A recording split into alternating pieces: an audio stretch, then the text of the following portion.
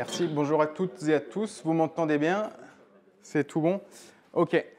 Alors, on m'a demandé en 15 minutes de faire un point sur des adaptations par les pratiques culturelles en Alsace. Alors, je vais essayer de vous faire un petit retour sur des essais dans le cadre du programme Alsadapt.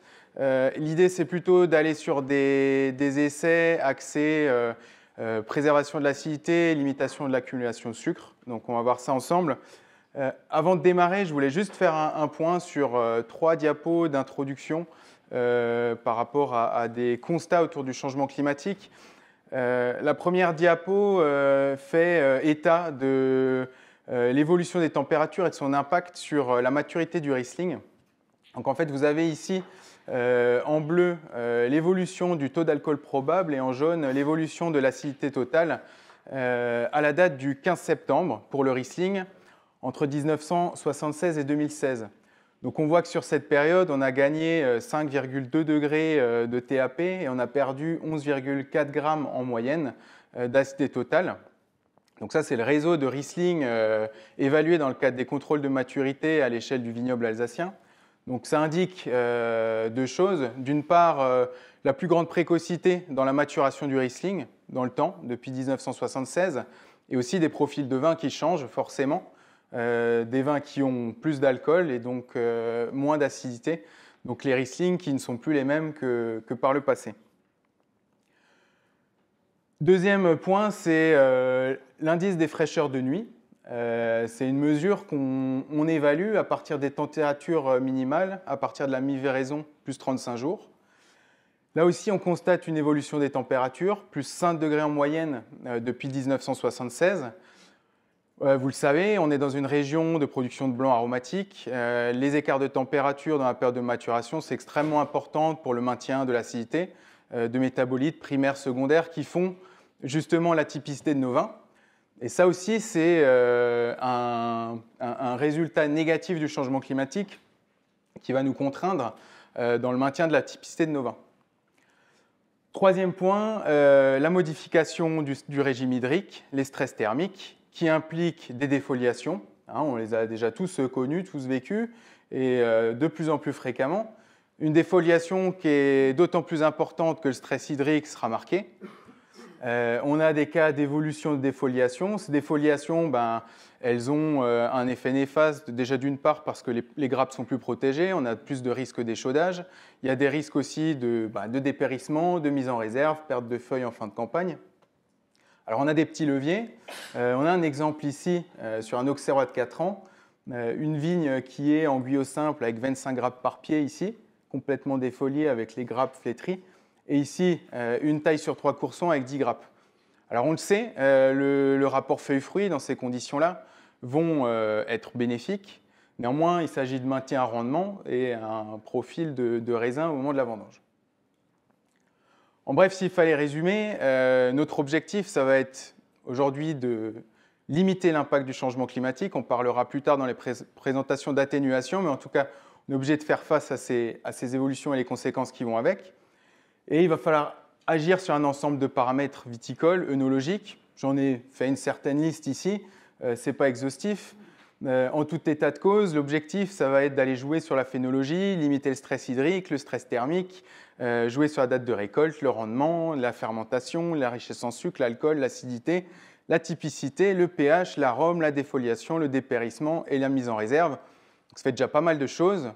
Et l'objectif, ça va être de combiner différents leviers pour arriver à limiter l'impact sur ces différents paramètres. Alors, on en a vu certains, Thierry en a présenté tout à l'heure. L'objectif, c'est d'agir sur différents leviers. Alors, on s'est fait une petite liste dont l'objectif est de travailler autour du programme Alsadapt, qui cherche à s'adapter par des leviers agronomiques, œnologiques, et d'aller chercher des solutions, aussi de s'approprier des solutions qui ont été évoquées à l'échelle nationale ou internationale, en local. Alors, parmi les leviers, on a le matériel végétal, ça a été évoqué à l'instant.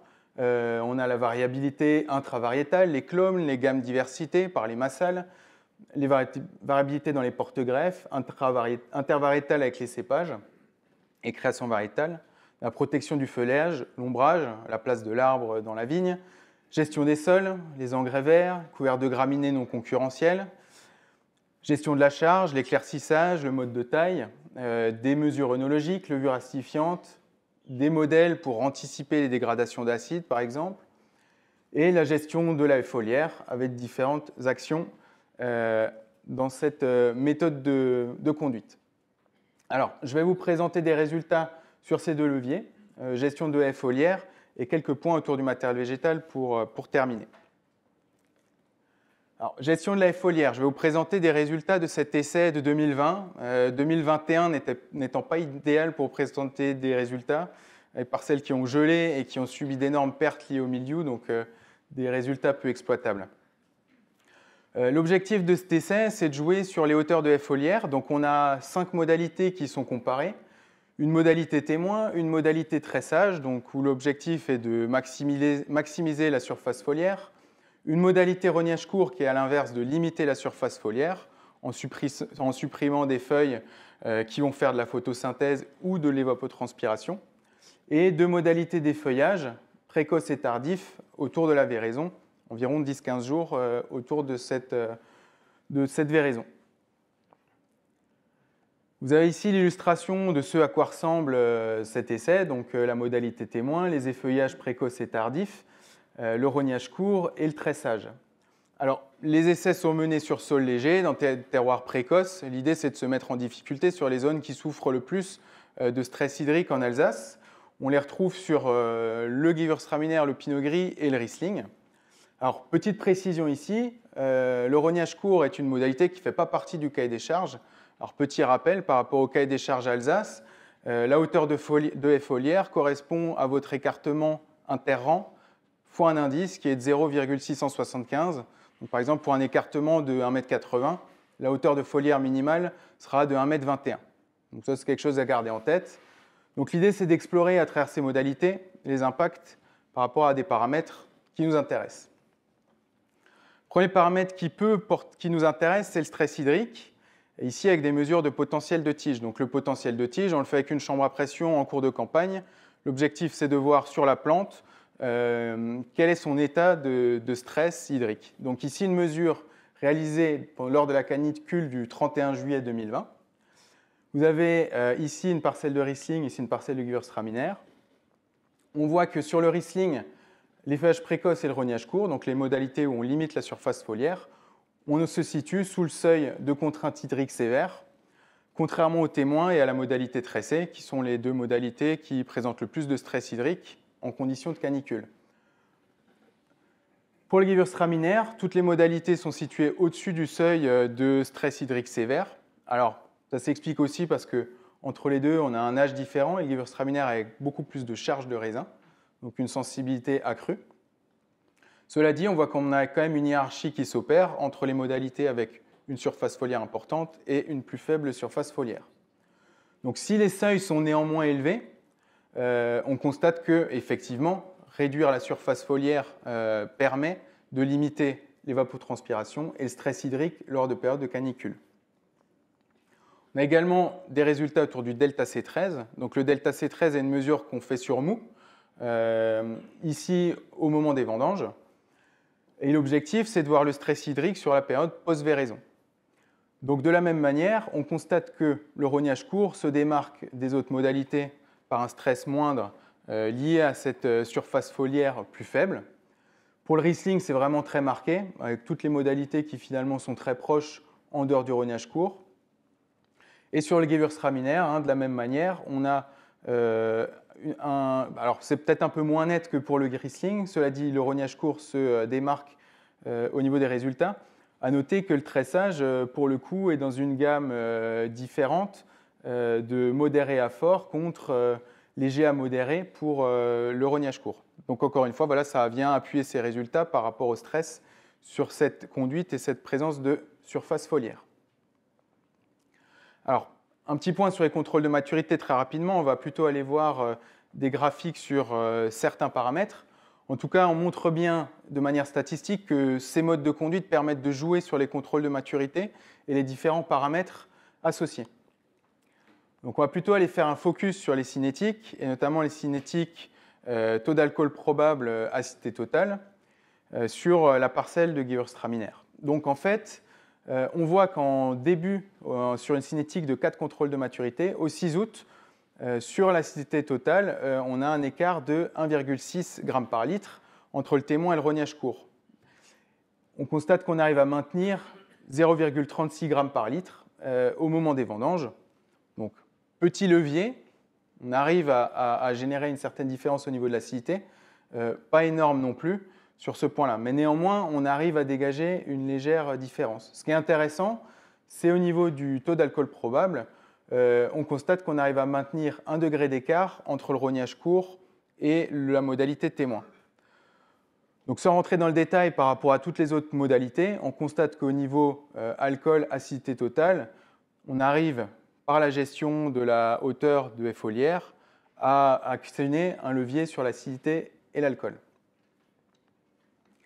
Si on regarde les données autour du malique et du tartrique sur les mêmes contrôles de maturité, c'est selon les mêmes cinétiques, on constate que sur l'acidité tartrique, on génère une différence de 0,29 g par litre par rapport au témoin, ce qui est intéressant également. Si on prend les données extrêmes entre le rognage court et tressage et feuillage, on a une différence de 0,8 g par litre en acidité tartrique. Donc également un levier intéressant. Par contre, et ça c'est vraiment une des problématiques, et notamment sur le Gewürztraminer, c'est la problématique autour de l'acide malique. On constate que sur ce millésime, on arrive sur cette parcelle vraiment ras des pâquerettes en termes d'acide malique, et on perd tout bénéfice de conduite dès le 1er septembre en fait, et où le niveau d'acide malique est comparable entre toutes les modalités. On n'arrive pas à préserver cet acide par la conduite, malgré une différence au départ quand même non négligeable de 1,7 g par litre de différence entre le rognage court et le témoin. Donc on voit vraiment que cette dégradation est très marquée. Alors concrètement, sur les vignes, ce qu'on observait, c'est que, je ne l'ai pas dit, on avait un décalage d'environ 8 jours au moment de la véraison entre le rognage court et toutes les autres modalités. Physiquement, on voyait vraiment des grappes qui étaient plus vertes au départ et qui ont mis beaucoup moins de temps à flétrir. Pour ceux qui se souviennent, les parcelles de Gewürztraminer avaient pas mal souffert ce millésime-là, et on avait des grappes flétries en fin de campagne. Dernier point par rapport à l'acidité, c'est le pH, et on voit qu'on arrive quand même à maintenir un pH intéressant sur cette modalité de rognage par rapport aux 4 autres.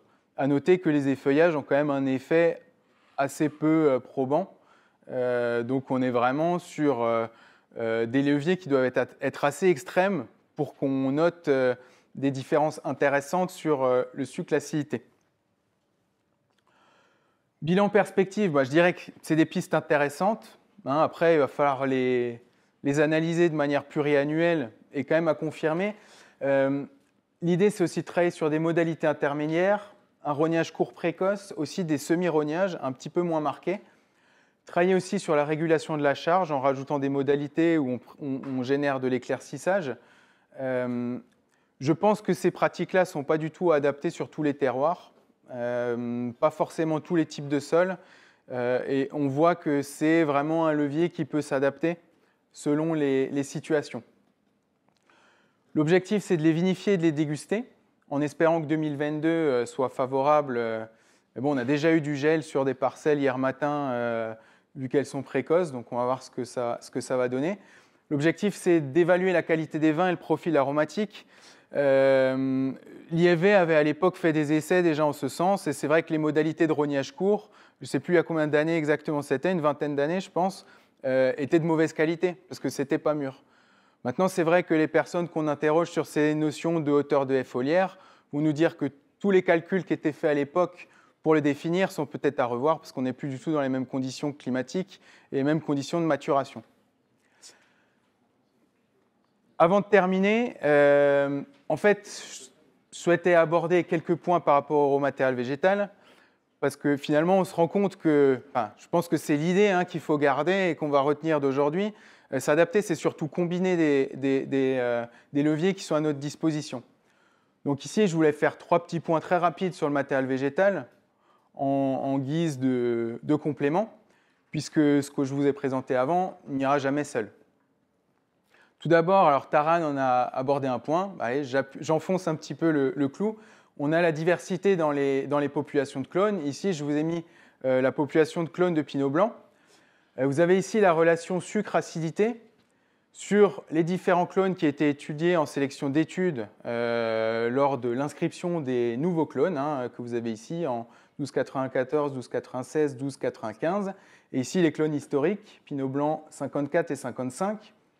En fait, ça, c'est déjà des leviers valorisables, soit à l'échelle du clone, soit à l'échelle d'une gamme diversité, où on va retrouver, selon vos objectifs de production de vin, selon vos terroirs, la possibilité d'aller jouer sur des seuils de sucre et des seuils d'acidité avec des groupes de clones adaptés à vos objectifs de production et donc vos terroirs. Deuxième exemple, le levier porte-greffe. Je vous ai mis un graphique ici où vous avez l'acidité et le sucre. Pardon pour l'inversion par rapport à l'autre graphique. 3 parcelles, Rouffach, Bollenberg, Balbronn, 3 cépages, le Pinot Gris, le Riesling et le Gewürztraminer. Et en fait, encore une fois, de par ces rapports-là, vous allez pouvoir choisir un petit peu les vitesses de maturation, les niveaux de vigueur que vous avez au sein de ces populations de porte-greffe, et aller jouer sur des choix à préférer sur des terroirs frais, tardifs, à préférer sur des terroirs chauds et précoces, associé au levier qu'on a présenté précédemment de clones, vous allez avoir un levier à exploiter sur ce point-là.